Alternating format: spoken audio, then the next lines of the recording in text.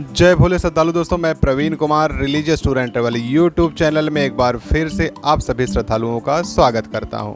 श्रद्धालु दोस्तों, आज के इस वीडियो में हम जानेंगे कि जो भी श्रद्धालु अमरनाथ यात्रा 2025 पर जाने की प्लानिंग कर रहे हैं उनको किन शर्तों का पालन करना होगा।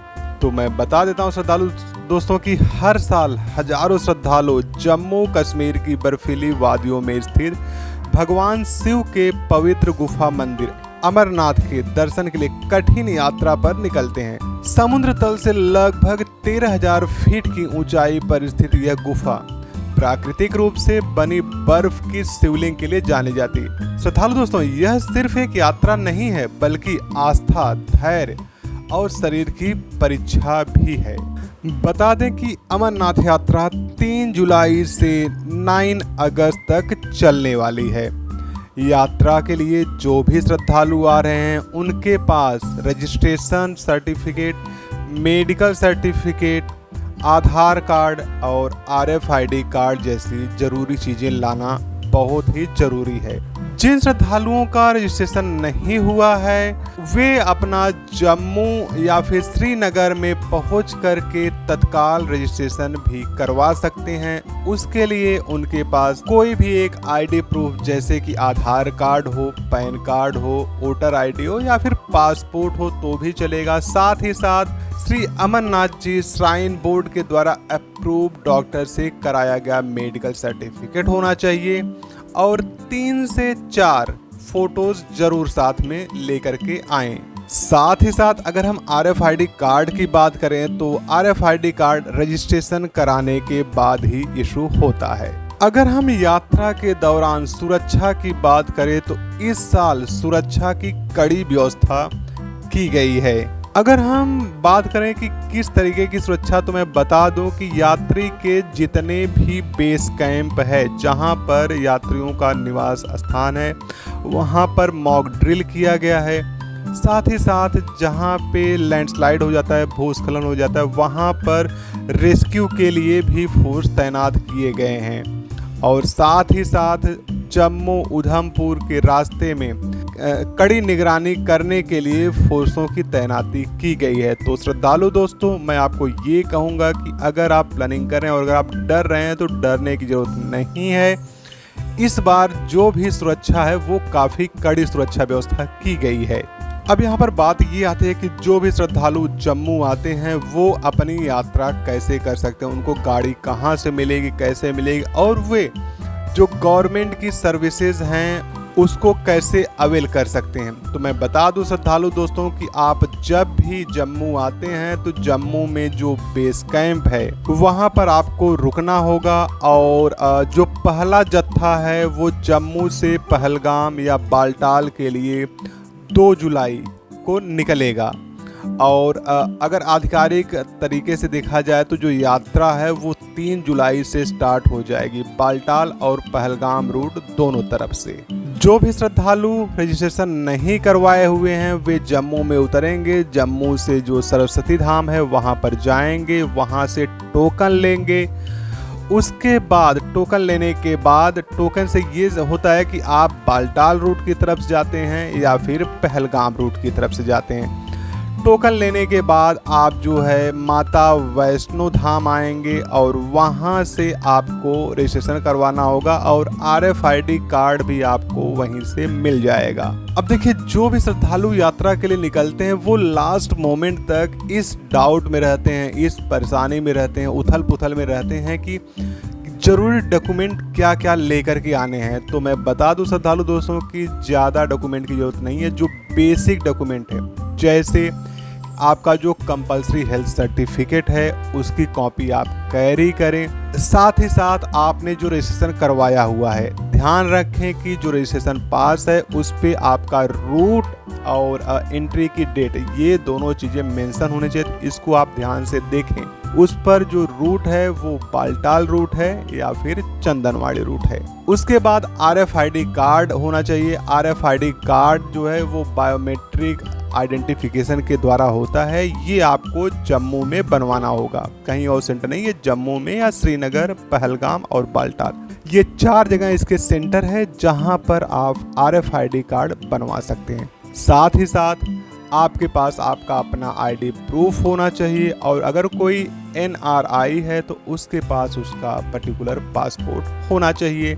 साथ में आप फोटो रखें। अब कोई श्रद्धालु ये पूछते हैं कि फोटो की रिक्वायरमेंट कहाँ होती है। देखिए श्रद्धालु दोस्तों, फोटो की रिक्वायरमेंट हो या ना हो, लेकिन आप अपने साथ में रखें, कहीं पर भी जरूरत पड़ सकती है। मोबाइल नंबर, अब देखिए जैसे मोबाइल की अगर हम सिम की बात करें या मोबाइल नंबर की बात करें, तो आपके पास या तो पोस्टपेड सिम होना चाहिए।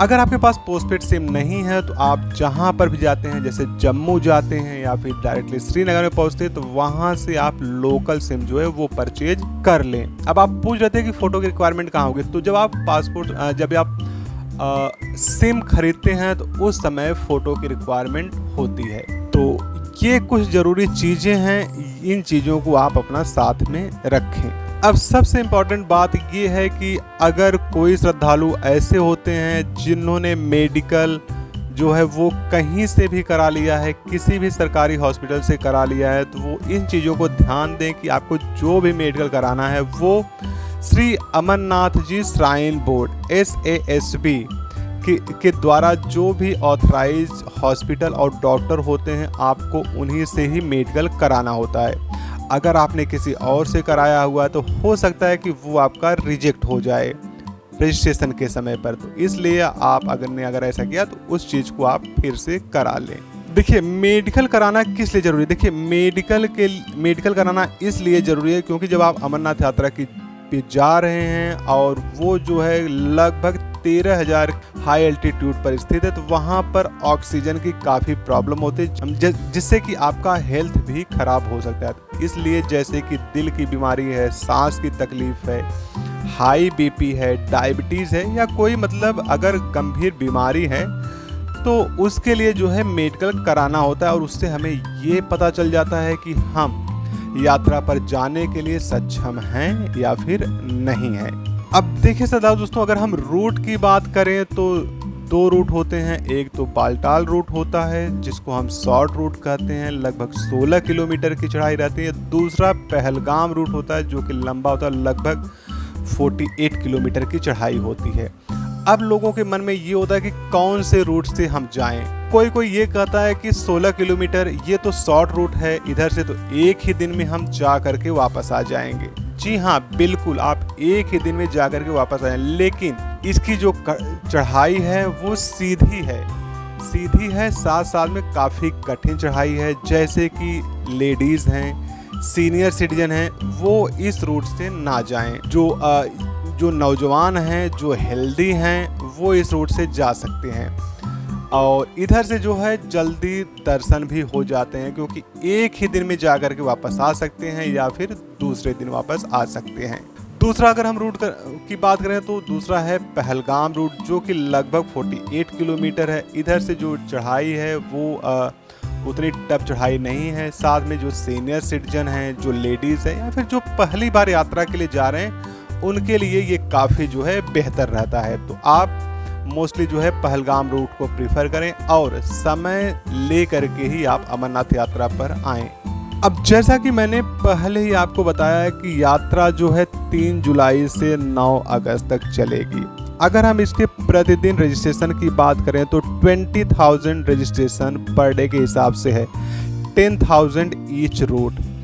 अगर हम इसके एज लिमिट की बात करें तो मिनिमम 13 ईयर और मैक्सिमम 70 ईयर के लोग ही यात्रा पर आ सकते हैं, जिसका 70 रनिंग है।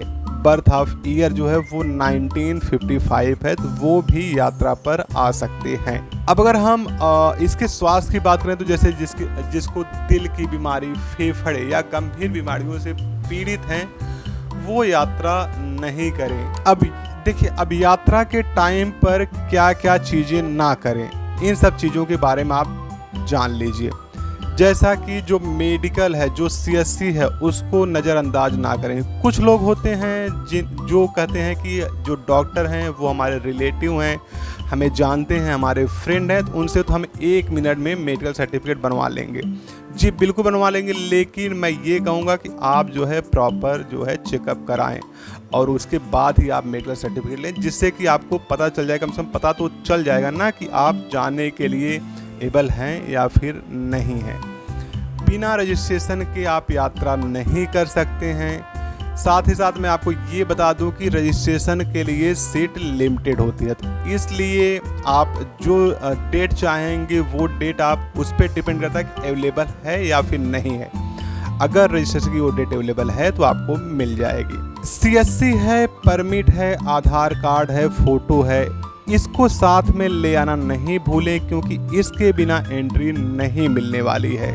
अगर आप यात्रा के लिए आ रहे हैं तो आप एक चीज़ जान लें कि यात्रा काफ़ी कठिन है, जो ट्रैकिंग है काफ़ी कठिन है, तो इसके लिए आप पहले से तैयारी करके रखें, ठीक है, फिटनेस को बना करके रखें, और साथ ही साथ जो कि सबसे इम्पोर्टेंट है वो श्री अमरनाथ जी श्राइन बोर्ड के नियमों का पालन करें, अदरवाइज आपको जैसे परेशानी हो सकती है। तो श्रद्धालु दोस्तों, आज के वीडियो में बस इतना ही। उम्मीद करते हैं कि आपको ये वीडियो पसंद आया होगा, काफ़ी कुछ जानकारी मिली होगी, इसको फॉलो करें। और बस आज के वीडियो में बस इतना ही। और एक रिक्वेस्ट है कि जो लोग पहली बार इस वीडियो को देख रहे हैं वो हमारे चैनल को सब्सक्राइब करें, वीडियो को लाइक करें और अपने और भी दोस्तों को जो है शेयर करें, जिससे कि उन्हें भी इसके बारे में जानकारी मिल सके। और कोई भी क्वेरी होती है तो कमेंट बॉक्स में जा करके हमें कमेंट जरूर करें। तब तक के लिए जय भोले, ओम नमः शिवाय।